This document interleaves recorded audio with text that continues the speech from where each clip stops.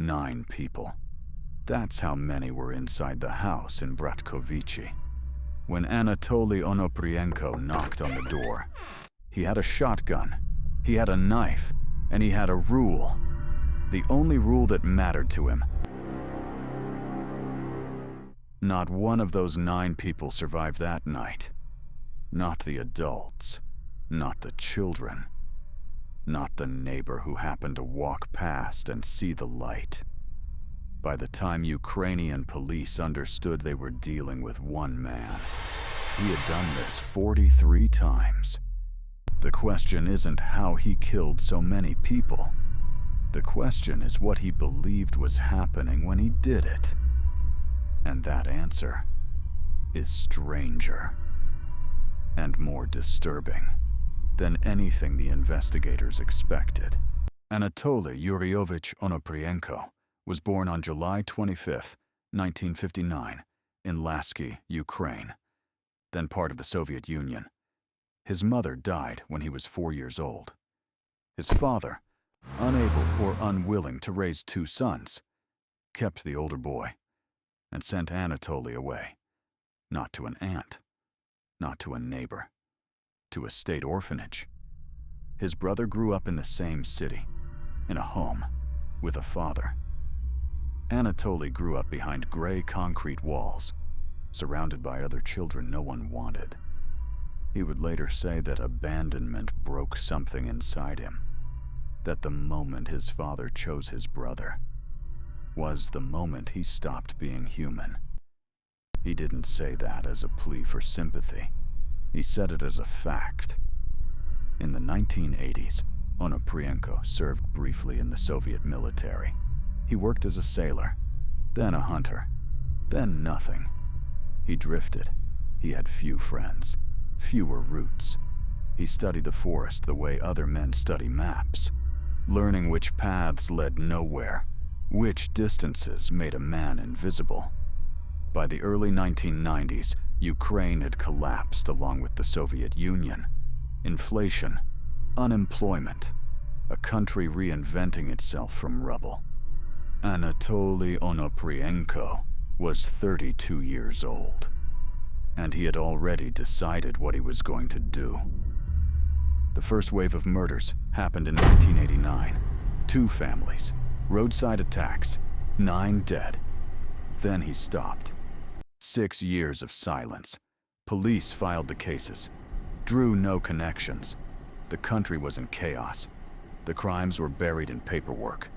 Then, in December 1995, he started again. This time, there was no stopping. He targeted isolated homes, farmhouses on the edge of forests, villages with no police station within 30 kilometers.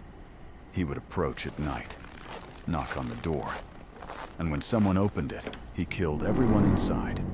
No robbery, no sexual motive, no ransom. He took small things sometimes, a jacket, a radio, but investigators quickly understood. These were not the reasons. He set the houses on fire after, every time. Not to destroy evidence, though it did. He said he did it because he was told to. By a force he could not name. A voice, a presence, something he described as a higher power. That had selected him. Between December 1995 and April 1996, 4 months, he killed 40 people. Entire families erased. A couple and their 2 children in Bratkovici. 5 members of the Pilot family in Fastiv. A priest and his family in Olevsk. The Ukrainian countryside was terrified. People stopped answering their doors after dark. Rural communities armed themselves with whatever they had. And the killer kept moving. Ukrainian investigators knew they had a serial killer. What they didn't know was where to look. There was no pattern to the geography, no pattern to the victims. Young, old, men, women, children, religious, secular. It didn't matter. What they had was fire. Every scene burned. The break came from an unexpected place. A relative of Onoprienko's, a distant cousin, contacted police after finding a bag in his home. Inside, weapons, ammunition, items belonging to victims. On April 16, 1996, Ukrainian police arrested Anatoly Onoprienko. He did not resist. He did not deny anything. He sat down with investigators and began to talk, calmly, in detail, almost with relief. He confessed to 52 murders. 52. He described each one. The house, the door, the faces, the fire. And then he said something that stopped the room. He said he felt nothing. Not during, not after. He said the victims were not real people to him. They were obstacles, witnesses to his existence, and witnesses had to be removed. Psychiatrists who evaluated Onoprienko faced something unusual. He was not psychotic in the traditional sense. He knew what he was doing. He understood it was illegal. He understood it was wrong by society's standards. He simply didn't care. He spoke about a force that guided him, a cosmic mission. He believed he had been chosen, specifically chosen, to cleanse the earth. Not out of hatred, out of purpose. He said, "I am not a maniac. I am a force." He requested that his case be studied.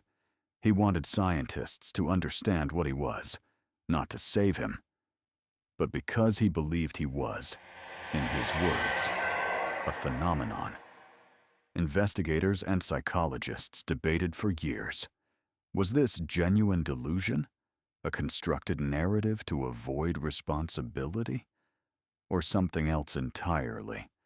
A mind so fractured by abandonment and isolation that it built its own mythology to survive?